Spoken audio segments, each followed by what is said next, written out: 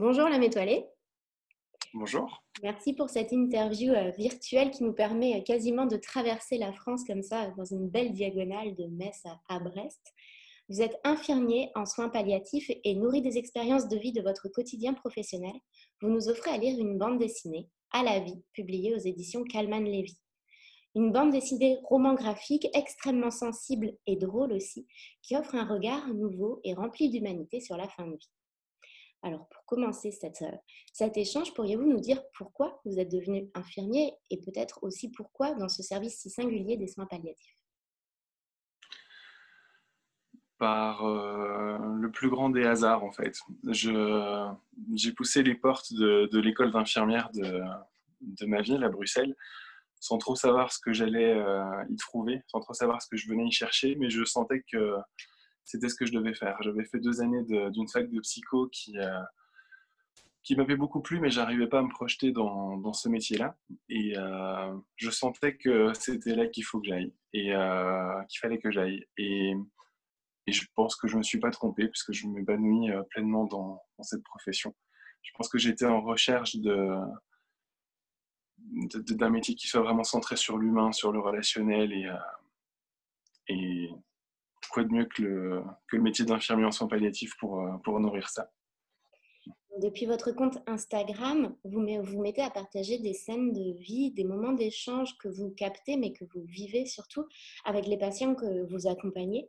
Comment vous sont venues cette envie de dessiner votre quotidien de travail et ensuite l'idée de les partager sur un réseau social, sur Instagram ici?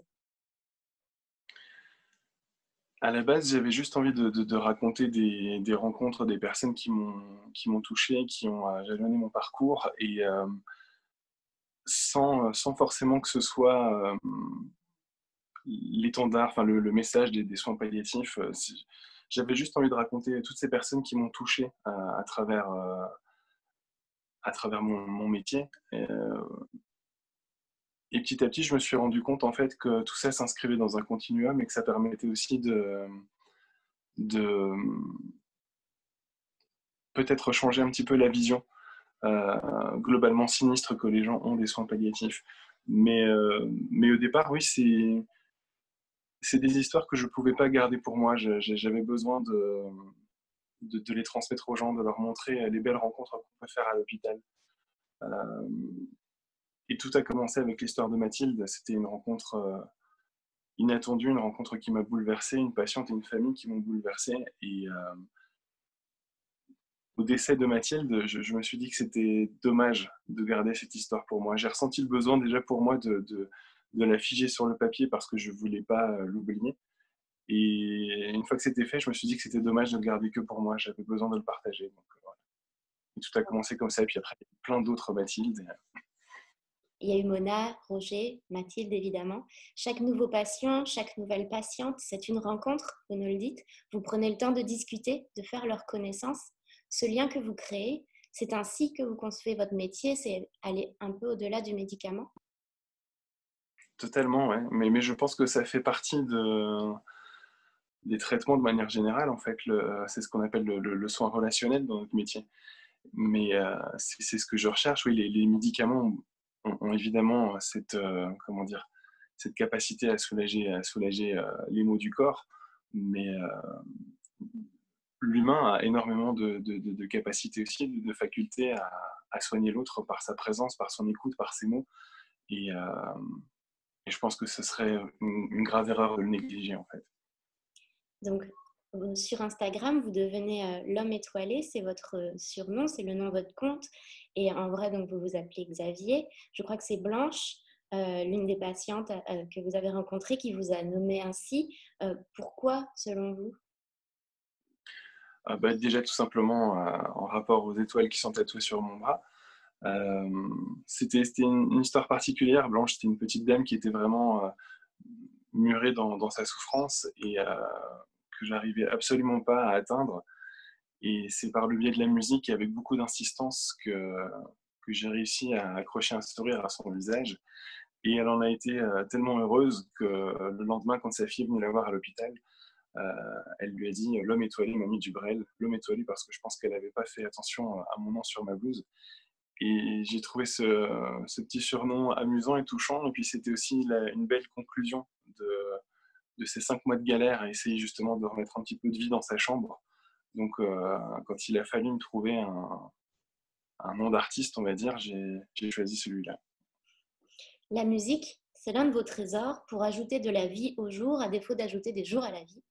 Quel pouvoir elle a selon vous, la musique, et qu'est-ce que cela fait naître entre vous et le patient? Elle a tous les pouvoirs, la musique. C'est Nietzsche qui disait que sans la musique, la vie serait une erreur. Et j'en suis tellement convaincu. La musique, elle apaise, elle détend, elle amuse, elle divertit, elle défoule, elle soulage. Et je trouve qu'elle accompagne merveilleusement bien les émotions de manière générale. Elle permet aussi parfois de libérer certaines choses. Et moi, je suis un grand passionné de musique. Je vis ma vie en musique, je me réveille en musique, je m'endors en musique. Je dois me forcer à ne pas mettre les écouteurs quand je vais aux toilettes, à la limite. Mais voilà, la musique, c'est vraiment ma grande passion. Et j'essaye d'être dans une démarche de proposition, de jamais l'imposer à mes patients, parce que certains n'y sont pas réceptifs. Mais avec la musique, on a déjà réussi à vivre de très beaux moments, à débloquer pas mal de petites choses. Et donc, c'est en ça que c'est un compagnon idéal dans les soins. J'ai peut-être pas répondu à toute ta question. Mais ça marchait très bien. Un autre compagnon dans le soin, c'est peut-être le rire, l'humour. Parfois ça marche, parfois ça marche un peu moins. Vous dites que vous n'êtes pas encore prêt pour faire un one-man show. Le rire et l'humour participent-ils à apporter sérénité et apaisement? Ce sont des mots que l'on retrouve beaucoup dans votre livre aux patients que vous suivez au quotidien. Ça permet de se rappeler qu'on est toujours dans la vie, dans quelque chose de vivant surtout. Dans des moments qui pourtant sont particulièrement difficiles, éprouvants et anxiogènes, euh, le rire nous rappelle qu'on peut rire de toutes les situations. Euh, et ça permet de rester justement toujours dans la vie. Je pense qu'après, comme la musique, il faut l'envisager comme une proposition et pas l'imposer. C'est-à-dire que parfois ça fait des flops, hein. Il y a des patients qui ne sont pas du tout réceptifs à l'humour, il y a des patients qui sont pas prêts non plus parce qu'ils sont vraiment ancrés dans une profonde douleur et une profonde souffrance. Euh, c'est le patient en fait qui ouvre les portes au fur et à mesure de la prise en charge, de l'hospitalisation. Soit les portes vers l'humour, soit les portes vers la musique, soit les portes vers d'autres choses, les confidences, la tendresse, la douceur, ce genre de choses-là. Et voilà, l'humour, j'essaie de ne pas l'imposer, mais parfois, comme j'ai un cerveau qui tourne à 200 à l'heure, j'ai toujours plein de trucs idiots qui me passent par la tête, et de temps en temps, je tente, et parfois, c'est de grandes victoires, et parfois, c'est de grands flops. Le puissant échec. On dit souvent qu'à travers leur métier, les soignants pensent leurs propres blessures, écrivez-vous. Est-ce que vous grandissez au jour le jour à faire le métier que vous faites? Oui, oui, totalement. Mais je pense que c'est un peu une histoire sans fin, en fait. Il y a quelques jours, on a perdu une patiente à laquelle j'étais vraiment énormément attaché.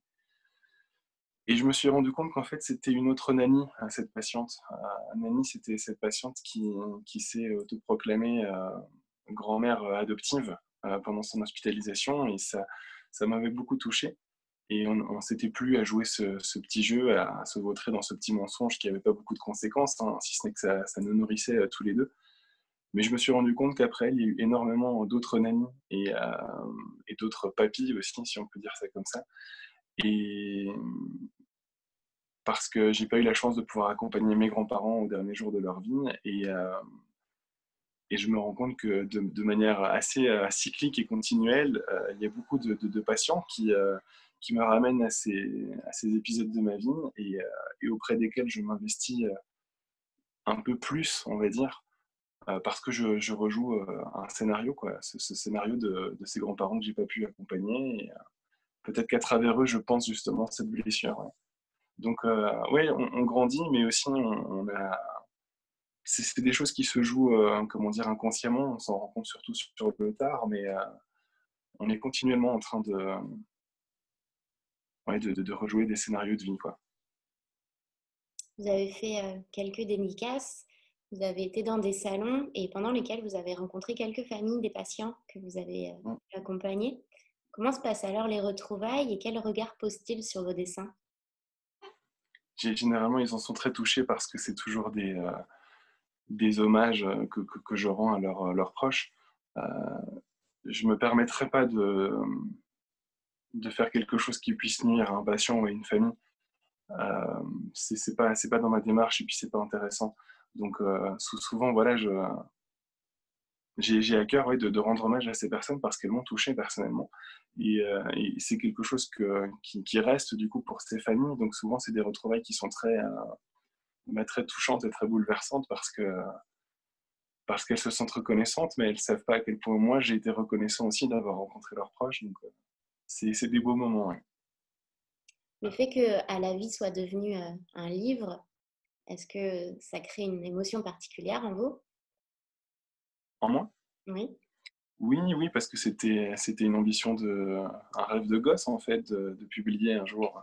Moi, depuis que je suis petit, je raconte des histoires. Alors, c'était pas des histoires autour des soins palliatifs, hein, mais quand j'étais gosse, je racontais des histoires de détectives avec des mecs qui s'appelaient John et qui avaient des moustaches et fumaient des cigarettes parce que c'était l'idée que je me faisais du mec qui Alors, était à la mode.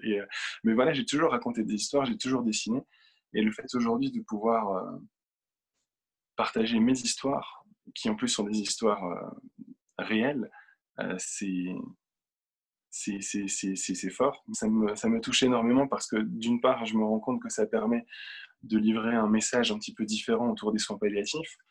Euh, ça rassure peut-être pas mal de personnes aussi qui ont vécu cette expérience, sont en train de la vivre ou s'inquiètent de la vivre un jour ou l'autre, des deux côtés du lit, hein, en tant que famille ou en tant que malade.